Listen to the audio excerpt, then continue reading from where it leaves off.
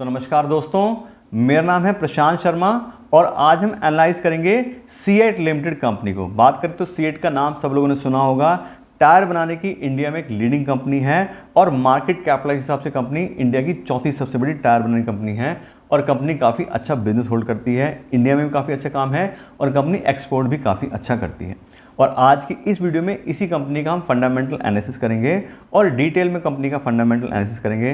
सबसे पहले कंपनी का हम पूरा बिजनेस प्रोफाइल चेक करेंगे, उसके साथ साथ कंपनी पिछले 5 साल के फाइनेंशियल चेक करेंगे जिससे कंपनी के रेवेन्यू और प्रॉफिट्स के बारे में अच्छे से नॉलेज मिल सके।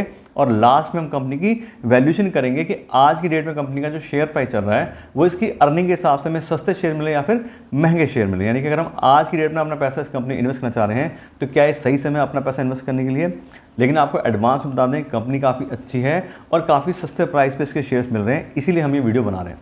दूसरी बात, ये जो वीडियो है अपने सब्सक्राइबर्स की डिमांड पे बना रहे हैं और अगर आप भी चाहते हैं हम आपके लिए इस कंपनी का फंडामेंटल एनालिसिस करें तो हमारे वीडियो के कमेंट बॉक्स में आप उस कंपनी का नाम लिख सकते हैं और हम कोशिश करेंगे कि जल्द से जल्द वीडियो बना के आपको उसके बारे में इन्फॉर्मेशन दे दें।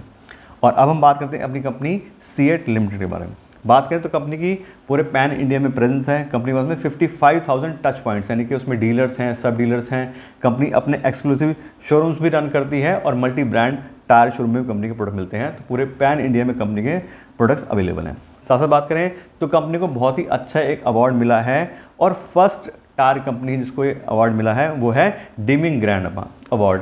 ये जापान की कंपनीज देते हैं, वहाँ के ऑटोमोबाइल के जो इंजीनियर्स हैं वो देते हैं और ये अच्छी क्वालिटी मेंटेन करने के लिए दिया जाता है। तो कंपनी को काफ़ी अच्छा अवार्ड मिला है। तो कहीं ना कहीं कंपनी के प्रोडक्ट्स में दम होगा, अच्छी क्वालिटी मेंटेन करें, इसलिए अवार्ड इनको मिला है।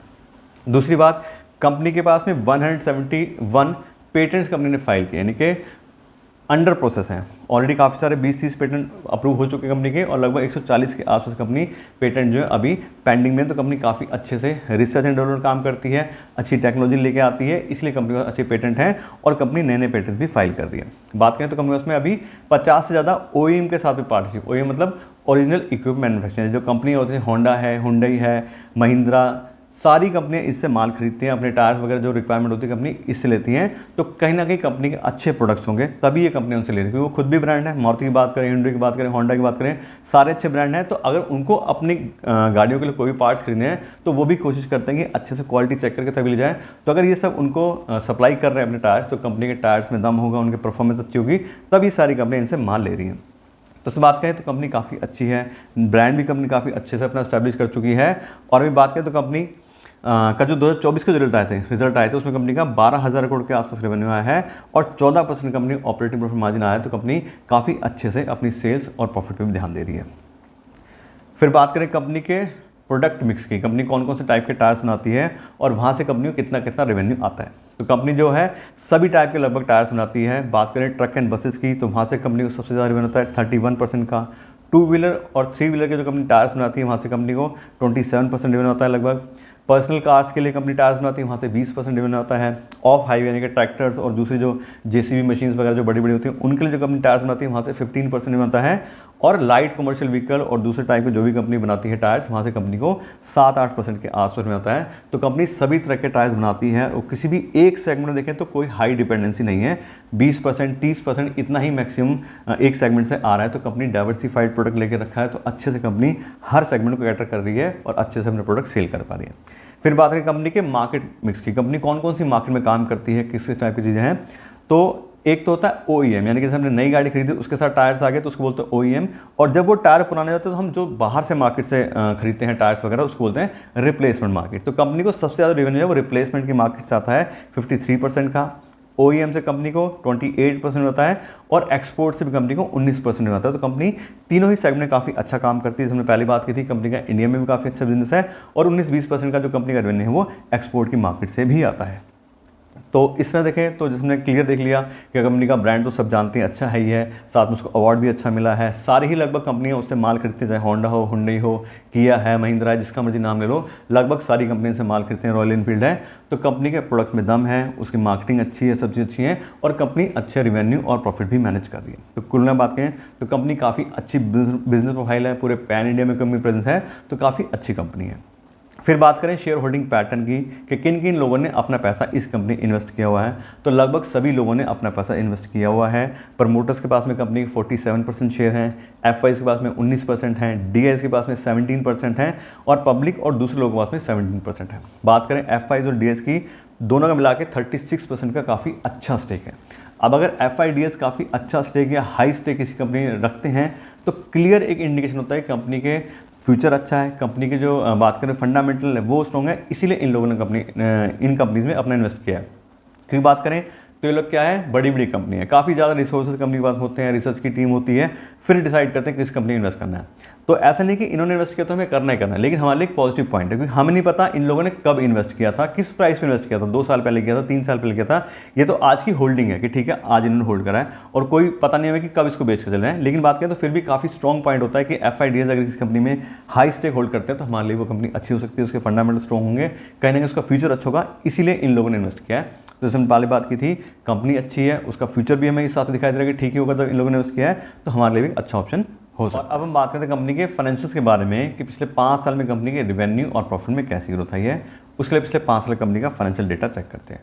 और यहाँ देखिए कब सबसे पहले कंपनी का रेवेन्यू, तो 2020 में कंपनी में थे लगभग 6,800 करोड़ के आसपास और लगातार कंपनी के रेवेन्यू इंक्रीज हुए हैं और 2024 में देखें तो 12,000 करोड़ के आसपास कंपनी के रेवेन्यू आए हैं। तो क्लियर हमें दिखाई दे रहा है कंपनी काफ़ी अच्छे से मार्केट एक्विजिशन कर रही है, कंपनी अच्छी एडवर्टीजमेंट करती है, आईपीएल और दूसरी काफ़ी सारे इवेंट के साथ में भी कंपनी अपने ब्रांड की प्रमोशन करती है और कंपनी पिछले 5 साल में काफ़ी अच्छे 15% के सीजीआर से अपने रेवेन्यू में ग्रोथ लेके आए हैं। तो कंपनी काफ़ी अच्छा बिजनेस कर रही है।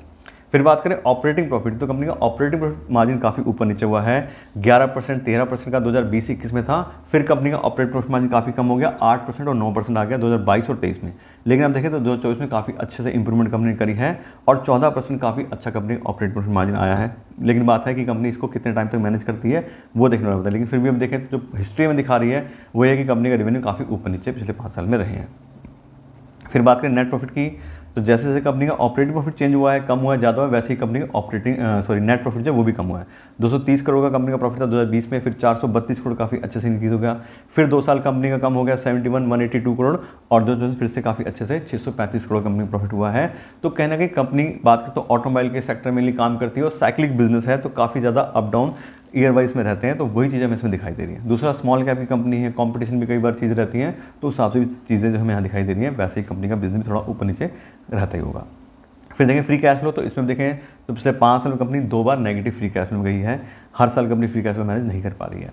क्यों नहीं कर पा रही है, वही बात है, कंपनी को बार बार अपने पैसे की रिक्वायरमेंट होती है, जो भी प्रॉफिट कंपनी कमाती है उसको री इन्वेस्ट करना है, बिजनेस में कैपिटल एक्सपेंडिचर करने हैं, बहुत सारी चीज़ें होती हैं, तो कंपनी को पैसे की बार बार जरूरत पड़ती है, इसलिए company negative free cash flow में जाती है। फिर देखें कंपनी का डिविडेंड पेमेंट, तो 15-20% के आसपास कंपनी थोड़ा बहुत डिविडेंड पेमेंट करती है, बहुत ज़्यादा डिविडेंड पेमेंट कंपनी नहीं करती है। लेकिन देखें तो कंपनी ने सेल्स काफ़ी अच्छे से इंक्रीज़ करी है। फिर बात करें कंपनी के डेट बाय इक्विटी रेशियो की, ये एक इंपॉर्टेंट रेशियो है। डेट बाय इक्विटी रेशियो में ये बताता है कि कंपनी ने कितना लोन लिया हुआ और खुद का कितना पैसा इन्वेस्ट किया है। क्योंकि कोई भी कंपनी अगर हाई डेट होल्ड करती है तो हाई रिस्क की कंपनी बन जाती है, उतना ज़्यादा कंपनी को इंटरेस्ट का बर्डन आता है और बिजनेस में से निकाल के पैसा भी थोड़े टाइम बाद वापस करना पड़ता है। तो हाई डेट वाली कंपनी हाई रिस्क कंपनी बनती है। यहाँ देखें तो कंपनी का डेट बाय इक्विटी 0.44, यानी कि 44% का कंपनी ने लोन लिया हुआ है अपने 100% इक्विटी के, यानी कि 100 रुपये अगर आपने लगाए हुए हैं इक्विटी के तो उसके साथ साथ 44 रुपीज़ का कंपनी लोन भी लिया है। तो कंपनी अच्छा खासा लोन भी होल्ड करती है। अब कोई भी कंपनी अगर डेट होल्ड करती है, लोन होल्ड करती है, तो हम उसके अगेंस्ट अगला पैरामीटर चेक करते हैं इंटरेस्ट कवरेज रेशियो, जो मुझे बताता है कि कितना गुना पैसा उसके पास अवेलेबल है उस इंटरेस्ट को पेमेंट करने की, जिसको हर साल पेमेंट करना पड़ता है। यहाँ देखें तो कंपनी का इंटरेस्ट कवरेज है 4.4 का, यानी कि 4.5 गुना लगभग पैसा कंपनी का अवेलेबल है उसके इंटरेस्ट को पेमेंट करने की, उसको हर साल पेमेंट करना पड़ता है। तो कंपनी ठीक ठाक ICR मैनेज कर रही है, बहुत ज़्यादा अच्छा तो नहीं है, 5 टाइम 6 टाइम होता तो और ज़्यादा बेटर कंडीशन होती है, लेकिन बात करें तो फिर भी कंपनी स्टेबल है, आराम से अपने डेट को हैंडल कर लेगी। ये दोनों पॉइंट हमें बता रहे हैं।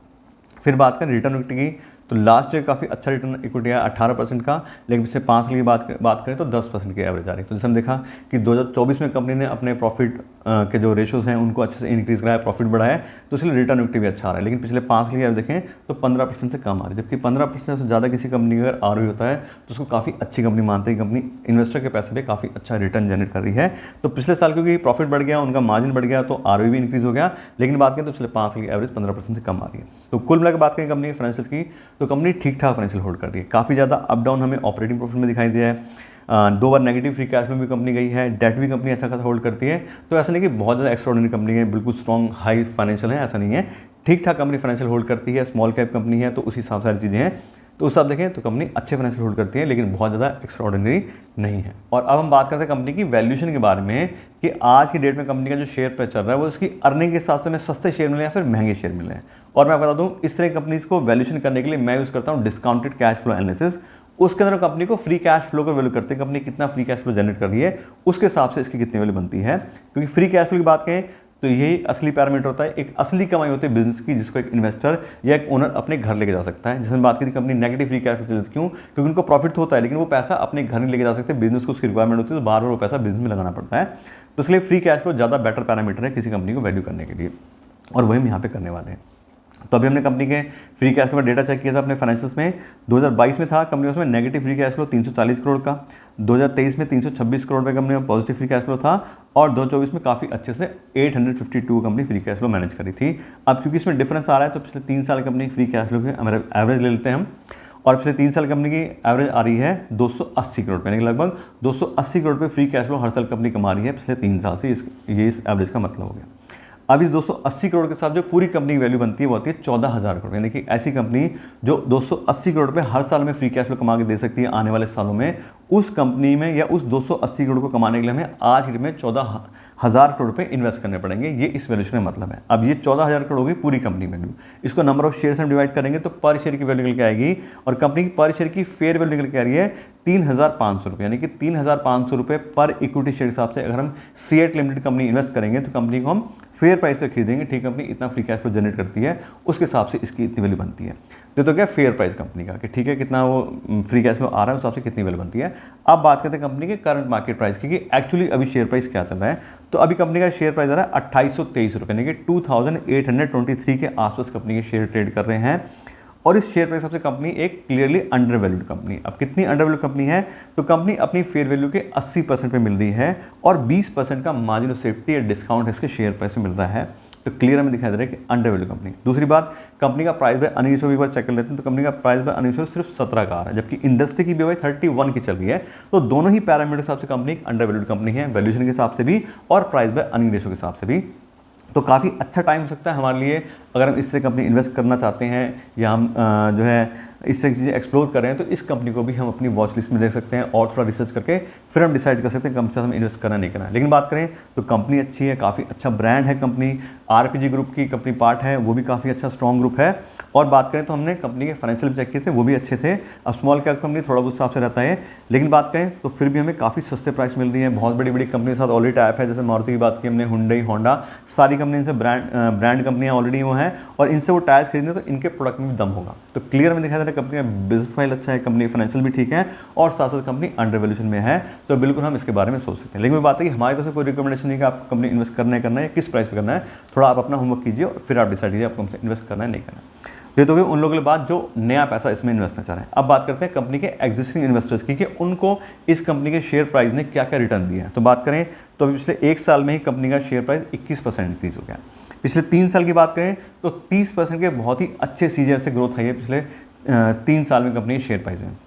5 साल की बात करें तो 27% की सीजर से ग्रोथ आई। तो क्लियर हमें दिखाई दे रहा है अगर हम लॉन्ग टर्म के लिए होल्ड करते हैं इस कंपनी को, या ज़्यादातर जो भी कंपनी अब तक रिसर्च करी है हमने, तो ज़्यादातर कंपनियां 5 साल में बहुत ही अच्छा रिटर्न देती हैं। बीच में अप डाउन जरूर आते हैं, लेकिन जैसे हमने पूरा फंडामेंटली कंपनी को चेक कर लिया, कंपनी का क्या बिजनेस है, कैसे फाइनेंशियल सब चीज़ें, तो उसके बाद अगर हम कंपनी में एंट्री लेते हैं तो हमें पता होता है हमने क्यों इसमें इन्वेस्ट किया था। और अगर बाई चांस उसका बीच में शेयर प्राइस ऊपर नीचे जाएगा, तो अगर वो शेयर प्राइस नीचे जाता भी है तो उसको छोड़ के नहीं भागते हैं, उसको होल्ड करते हैं। और अगर हमने 5 साल से ज़्यादा होल्ड कर दिया तो 80 to 19% जो अच्छी कंपनी है वो हमें प्रॉफिट ही देके जाती हैं। और शॉर्ट टर्म की बात है उसमें कुछ भी हो सकता है, कभी सेंटीमेंट लोगों के हैं, कभी नहीं है, कभी सरकार बन गई, कोई गिर गई, वो सब चीज़ चलती रहती हैं। तो शॉर्ट टर्म में तो कुछ भी हो सकता है, लेकिन 5 साल उससे ज़्यादा अगर होरिजन लेके चलेंगे और अच्छी कंपनी इन्वेस्ट करेंगे तो बहुत ज़्यादा चांसेस है कि हमें फ़ायदा हो सकता है। तो वैसे ये कंपनी है, अच्छी कंपनी है, कम प्राइस में मिल रही है, आपको सारी चीज़ बता दी, तो मेरे हिसाब से एक अच्छा ऑप्शन हो सकता है। बाकी आप रिसर्च कीजिए और फिर डिसाइड कीजिए। तो इससे बात करें तो कंपनी अच्छी है, कंपनी मैंने सारी डिटेल आपको दे दी हैं। आशा करता हूँ वीडियो अच्छी लगी होगी। अगर आपको वीडियो अच्छी लगी हो तो उसको लाइक और शेयर जरूर कीजिएगा, और अगर आप मेरे चैनल पर नए हैं तो मेरे चैनल को सब्सक्राइब कर लीजिएगा। Thank you so much.